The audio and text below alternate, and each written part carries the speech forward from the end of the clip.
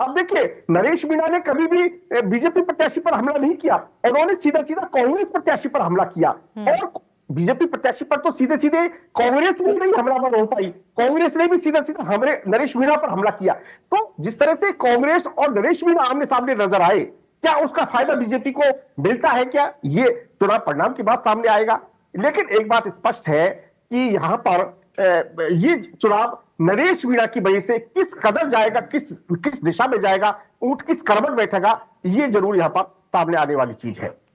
बिल्कुल सही कहा आपने, और इस पर मैं जवाब लेना चाहूंगी यशवर्धन जी से। यशवर्धन जी, आपने आरोप लगाया बीजेपी पर कि सभी को मौका नहीं मिला, सभी को नहीं उतारा गया चुनावी मैदान में, चुनिंदा लोगों को ही उतारा गया। लेकिन बात अगर हम कांग्रेस पार्टी की करें तो हमने ये भी नहीं देखा कि अशोक गहलोत और सचिन पायलट साथ नजर आए हों इस बार।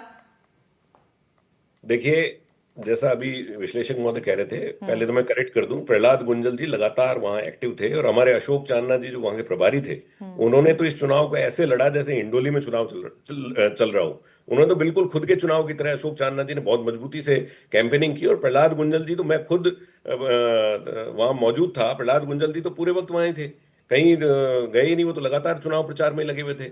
और जिस बड़े नेता को, जैसे अशोक गहलोत साहब को बिहार की जिम्मेदारी थी, तो जब बिहार से उनको समय मिला तब वो वहां पहुंचे।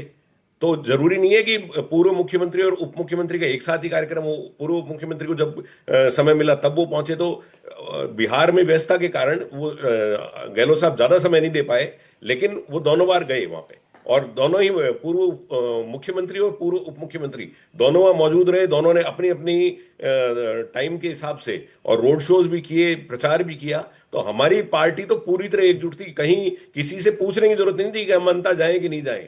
लेकिन भाजपा में वसुंधरा जी की इजाजत के बिना एंट्री नहीं थी, ये बात बिल्कुल स्पष्ट है। ये आपको भी मालूम है, सब मीडिया कर्मियों को भी मालूम है कि वसुंधरा जी ने जब तक अप्रूवल नहीं दिया तब तक वहां कोटा का भी कोई कार्यकर्ता अंता नहीं जा पाया।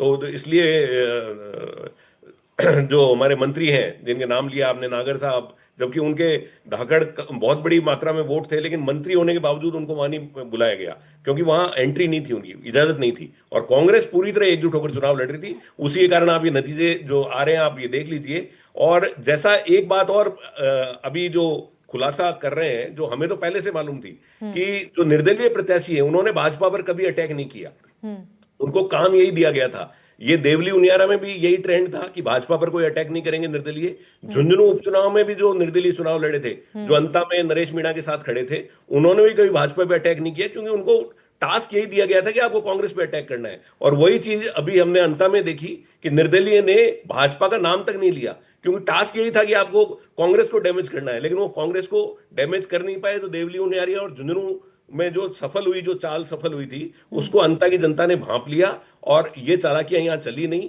जो निर्दलीय प्रत्याशी जिस कारण से यहाँ उतारे गए थे, जिसके इशारे पर उतारे गए थे, वो यहाँ चालाकी चली नहीं, और अंता की जनता ने कांग्रेस का साथ दिया इस पूरे मामले में।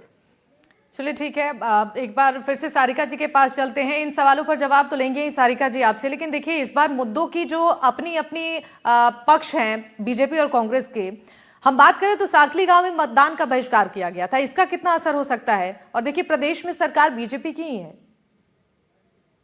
देखिए शिवानी जी की मैं मेरे साथी प्रवक्ता को करेक्ट करना चाहूंगी कि हमारे जो है कैंडिडेट फ्रेश है, ये सभी को पता। और जिन दो निर्दलीय उम्मीदवारों की ये बात कर रहे हैं, ये कहाँ से निकल के आए थे?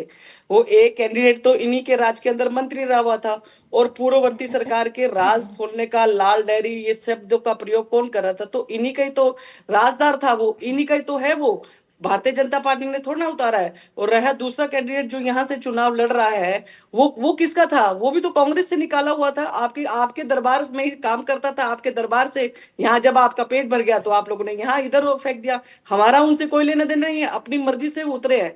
और रही हमारे प्रत्याशी की बात, हमारा प्रत्याशी जो है एक फ्रेश चेहरा है, जनमत संग्रह और जनता की आवाज से ही है। ठीक है जो सारिका है जी, माफी के साथ आपको मैं यहाँ पर रुकना चाहूंगी।